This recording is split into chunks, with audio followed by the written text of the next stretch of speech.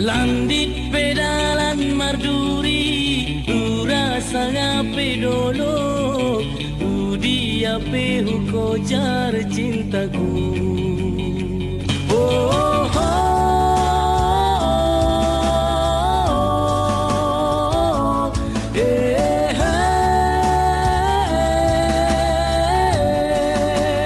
eh, cintaku sayangku tuhodo, indah dong na bisa menghalang. Landit pedalan marduri, rasa ngape dolo, tu dia pehu kojar cintaku. Oh, hey.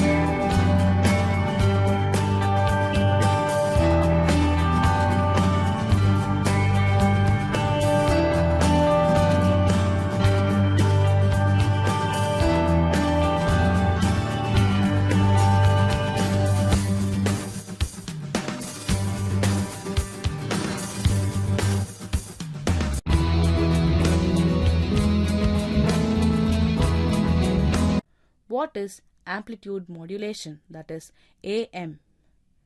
When the amplitude of high frequency carrier wave is changed in accordance with the intensity of the signal, this process is called amplitude modulation. In the amplitude modulation, only the amplitude of the carrier wave is changed. The frequency and the phase of the carrier wave remains constant. Let us review in detail the separate actions which take place in an AM transmitter. The information or intelligence to be transmitted starts as sound waves which travel through air. The microphone picks up these waves and transforms them into electrical energy. Now the intelligence travels into the transmitter, taking the form of audio frequency voltages. Audio frequencies generally fall within a range of from 300 to 3,000 cycles per second. However, it is not practical to transmit these audio frequencies directly. An oscillator provides a much higher frequency. This radio frequency wave is called a carrier. By means of a modulator and one or more RF amplifiers, the amplitude variations of the audio signal and the radio frequency carrier are combined. Now the intelligence takes the form of amplitude variations in the carrier. The amplitude modulated RF carrier is fed to the antenna, from which it is radiated through space to the receiving antenna. Once the signal has left the antenna, however, it can be affected by many disturbances. For example, one such disturbance can be lightning. Let's freeze the signal at the receiver antenna and see what the interference has done to it. Our primary concern is with the amplitude variations. for they carry the intelligence. To a point, the variations are just as we transmitted them, and the AM system was working fine. But the lightning has added new variations. These are superimposed upon the variations carrying intelligence. There are many man-made devices and natural elements or occurrences that can affect the amplitude of the RF carrier. Each one adds more hash, more static, more interference.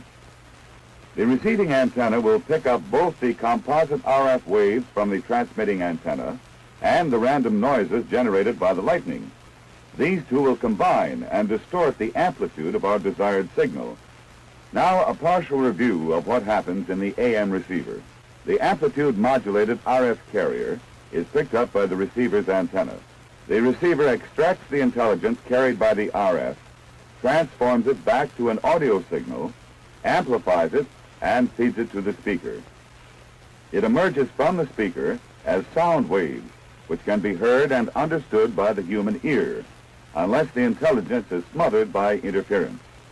To see how interference gets through to the speaker, one of the receiver components, the detector or demodulator, must be examined. The detector receives the RF and transforms its amplitude variations into corresponding audio voltage variations. The detector does its job well, but blindly. It cannot think or interpret. Feed it an RF signal with constant amplitude, and there will be no output signal. Feed it a modulated RF, and it will provide an audio signal which mirrors the amplitude variations of that RF. Feed it an RF signal that has been hashed up by interference, and the audio signal will contain an accurate reproduction of that same interference. The audio signal mirrors the interfered RF signal fed into the detector. There you have a major disadvantage of AM radio. It is unable to separate the intelligence from the hash and static that appear when conditions are unfavorable. In frequency modulation, the frequency of the carrier is modulated, as evidenced by the uneven spacing of the waves, rather than the amplitude. An unmodulated carrier would be the same for FM as it is for AM. It has constant frequency and constant amplitude in its unmodulated condition. The carrier frequency, which is determined by the oscillator, is called the rest frequency. So long as there is no audio signal, the carrier is unaffected. But see what happens when an audio signal is applied, starting with the negative half cycle. For this illustration, the negative half cycle causes the carrier to drop below its rest frequency, as evidenced by the wider spaced waves. When the positive half cycle of the audio signal is added, it causes the carrier to rise above its rest frequency, as evidenced by the narrow space waves. This is an audio signal of one complete cycle, with a corresponding frequency-modulated RF wave underneath it. A variation of the amplitude in the audio signal is accurately reflected by a frequency variation or modulation in the RF carrier. The negative half cycle of the audio made the carrier drop below rest frequency, and the positive half cycle of the audio made the carrier rise above rest frequency. The carrier's ability to reflect the amplitude of the audio signal can be easily visualized. But how will it record changes in the frequency of the audio signal? This question can be answered by changing the frequency of the audio signal and observing the results in the carrier. If the frequency of the audio signal is doubled, then in the same period of time, there will be two complete cycles instead of one. Note that the amplitude of the two-cycle audio signal is the same as the amplitude of the single-cycle audio signal. Now let's see what this has done to the carrier. As before, the carrier responded to the amplitude of the negative half cycle by dropping below rest frequency, and the carrier responded to the amplitude of the positive half cycles by rising above rest frequency. Thus, the carrier has moved above rest frequency twice as often in the same interval of time, and the carrier has moved below rest frequency twice as often in the same period of time in response to the doubling of the audio signal frequency. But since the amplitude of the audio signal was not changed, the distance above and below rest frequency traveled by the carrier has remained constant. A typical FM channel, 40 megacycles, would be located here. This is the rest frequency of the channel. When the carrier is frequency modulated, it will move above and below its rest frequency. In other words, it will need room on the spectrum to carry its frequency variations. A typical amount of room might be 15 kilocycles above rest and 15 kilocycles below rest. To avoid conflict with adjacent FM channels, 10 kilocycle guard bands are added on each end. This typical channel will allow the carrier a 15 kilocycle deviation above and below its rest frequency. Add to this the 10 kilocycles on each end for guard bands, and the total band width is 50 kilocycles. The 50 kilocycles band width is not a standard. All FM transmitters do not have the same deviations. It will vary in accordance with the equipment's design and mission, but the principles under study apply to any and all FM transmitters. Ordinarily, an audio frequency wave is visualized horizontally like this. But in order to see more clearly its modulating effect on the carrier, let's shift it about and direct it at the channel. Notice that the amount of deviation above and below rest frequency is determined by the amplitude of the modulating signal. If we raise or lower the frequency of the modulating signal, we increase or decrease only the speed at which the carrier moves above and below its rest frequency. We do not change the extent of its deviations.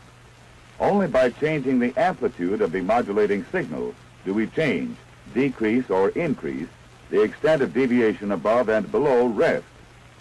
FM circuitry is designed so that maximum amplitude of the modulating signal will cause the carrier to deviate to the maximum frequency range assigned to it. Note that this does not include the guard band, or in other words, the carrier will swing as far above and below its rest frequency.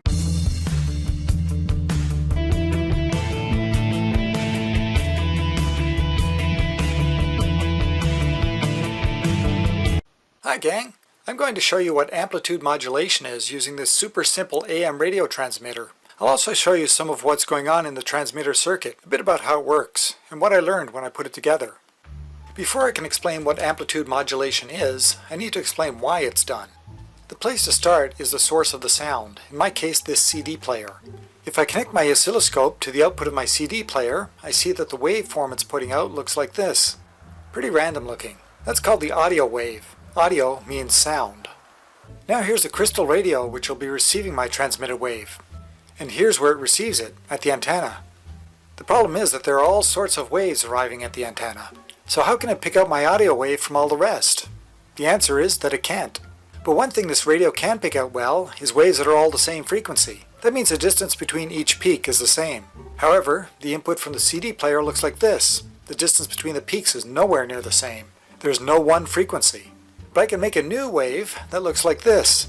Notice that the general outline is my audio wave, but in reality, it's made up of a single wave that's all the same frequency. This is called the radio wave. And that's what's called amplitude modulation, or AM. The height of a wave is its amplitude. I took this single frequency wave with its constant amplitude and used my audio wave to modify or modulate its amplitude throughout.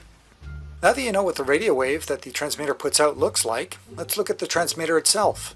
It's a very simple AM transmitter. It consists of some batteries, a transformer, and an oscillator chip. It's not a very good transmitter. It broadcasts a lot of extra frequencies at the same time that it shouldn't. But its simplicity makes it ideal for this demonstration. Once again, I disconnect the CD player from the transmitter and look at just the CD player's output. So it's just this part of the circuit, and I'm looking at the output here. I see the audio wave. Notice the peak-to-peak voltage is around 1 volt. Now I connect the CD player back to the transformer, but disconnect the transformer from the rest of the transmitter.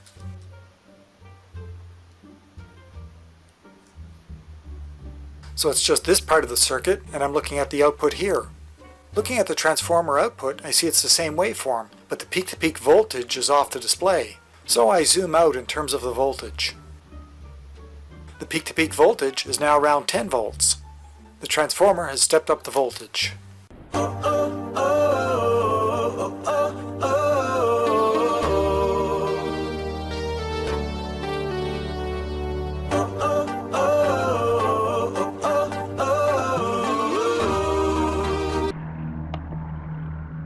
Baik, untuk untuk menyelesaikan soal yang telah ditayangkan tadi, kita dapat menggunakan aplikasi Microsoft for Excel, yaitu dengan cara klik Start, lalu kita pilih Microsoft Excel, lalu kita menunggu lembaran kerja.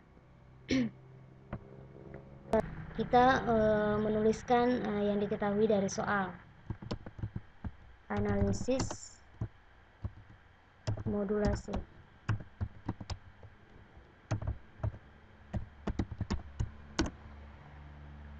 Yang pertama yaitu indeks modulasi, dimana indeks ini diketahui yaitu 0,5 dan jangan kurang dari 1. Dan yang ketahui selanjutnya yaitu sinyal informasi atau sinyal pemodulasi, dimana di sini yaitu FM sama dengan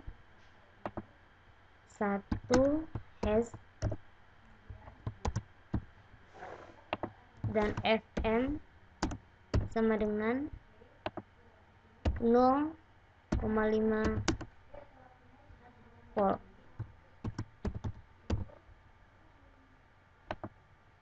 Yang selanjutnya yaitu sinyal pembawa. Di sini diketahui itu FC sama dengan 9 Hz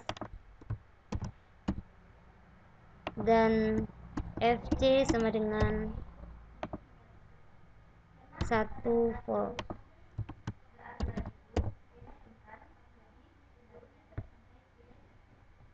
Baik, di sini kita mulai, yaitu yang pertama yaitu sinyal. Yang pertama sinyal pemodulasi. Lalu kita buat X dan Y. Dimana dari soal diketahui yaitu Y mulai dari 0 sampai 20. Di sini yaitu 0, yang X kedua itu sama dengan 9A ditambah dengan 0,1. Setelah itu kita tarik sampai X sama dengan 20.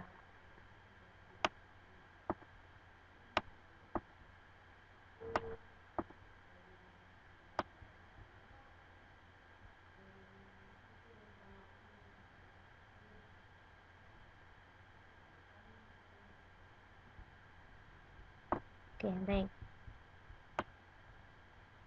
Untuk mencari nilai Y yaitu sama dengan, lalu kita memasukkan rumus, dimana yaitu FM, dimana kita di sini beri X dolar untuk memudahkan kita untuk menariknya nanti, lalu dikali buka kurung sin, lalu A9 dikali buka kurung 3,14 tutup kurung, lalu dikali dengan FM, dimana kita di sini juga memberi X dolar, lalu ditutup kurung 2 kali, klik enter, lalu kita tarik sampai ke X sama dengan 20. Baik. Yang kedua yaitu untuk sinyal pembawa, dimana X dan Y, dimana X juga mulai dari 0, yang X yang kedua itu sama dengan D9 ditambah dengan 0,1. Bentar. Lalu kita tarik sampai X sama dengan 20. Baik, lepaskan. Untuk mencari nilai Y yaitu sama dengan X dolar buka kurung, sin, lalu di D9 dikali, buka kurung, dikali 3,14, tutup kurung, dikali lagi, dikali dengan FC, diberi X dolar juga, tutup kurung, double, klik enter. Lalu kita tarik sampai ke X sama dengan 2, lepaskan. Dan untuk sinyal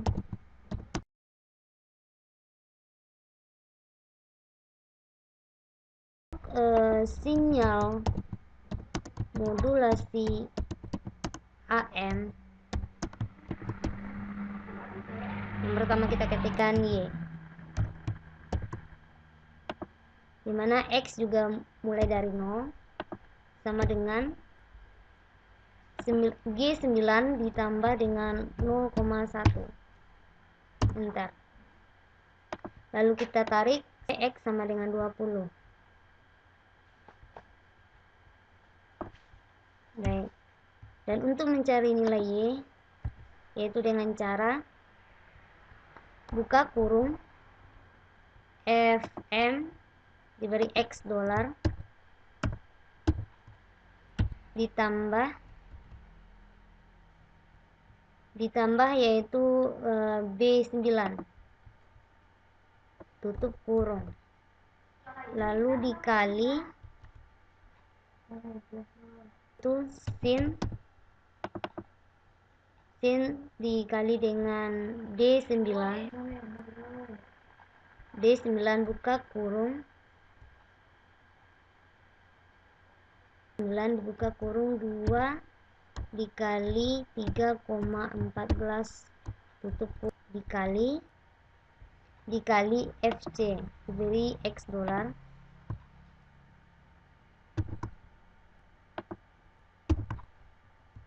lalu tutup kurung.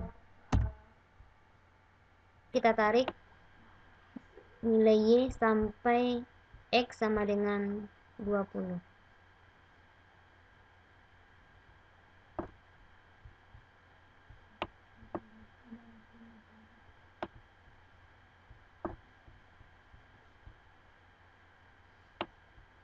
Setelah itu kita merapikan lembaran kerja kita dengan cara membuat tabel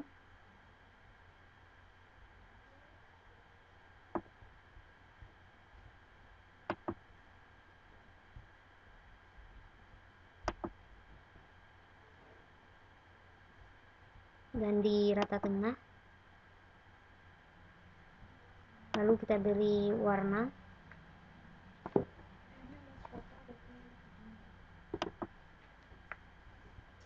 dan begitu juga dengan sinyal pembawa, blok tahan sampai ke X sama dengan 20, lalu kita beri warna,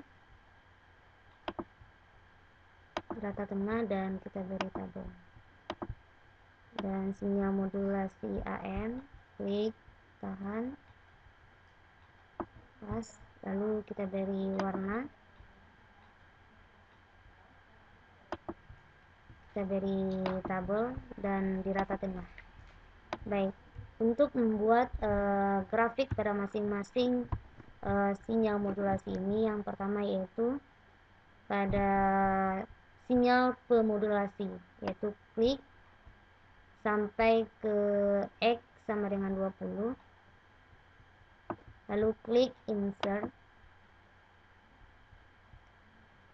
lalu pilihlah grafik sesuai dengan keinginan kita.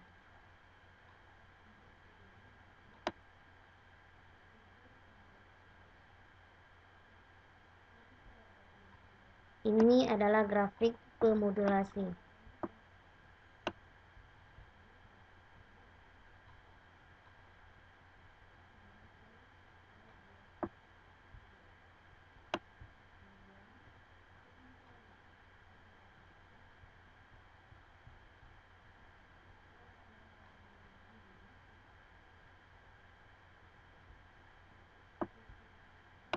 Kita blok.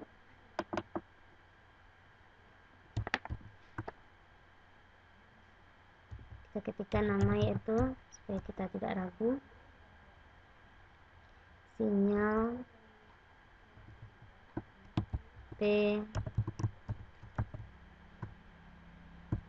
pemodulasi.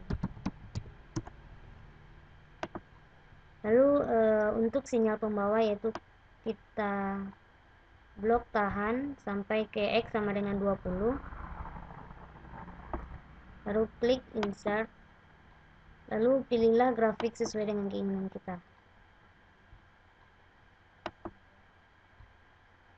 Ini adalah grafik sinyal pembawa. Kita pindahkan.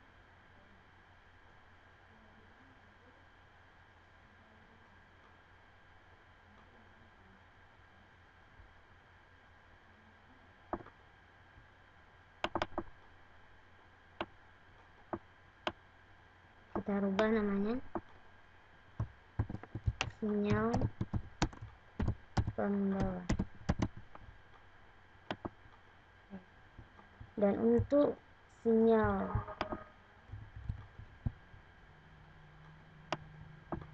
sinyal modulasi AM, kita blok tahan sampai ke X sama dengan 20, lalu klik insert lagi, pilih grafiknya. Ini adalah grafik modulasi AM. Kita pindahkan.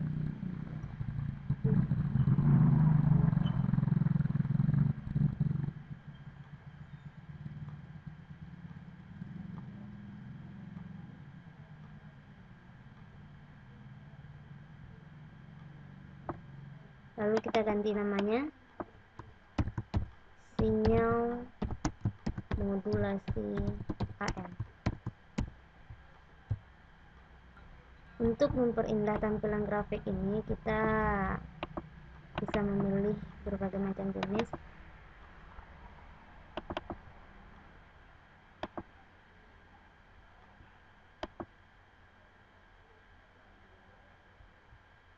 Baik, kita ganti juga untuk sinyal pembawa.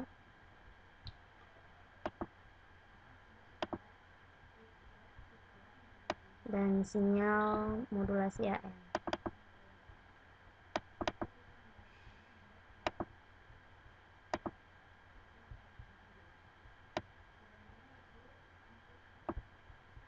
Untuk melihat lembaran kerja secara keseluruhannya, yaitu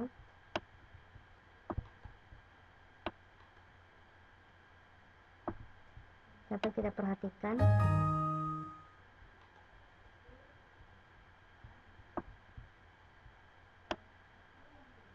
Dan untuk menyimpannya, yaitu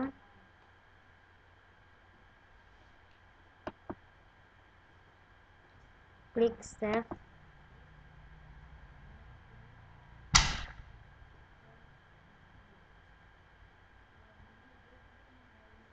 Lalu pilihlah lokasi yang kita inginkan.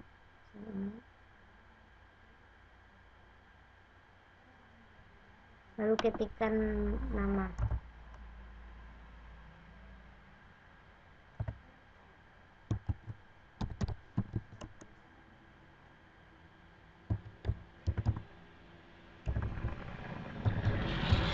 Lalu klik save.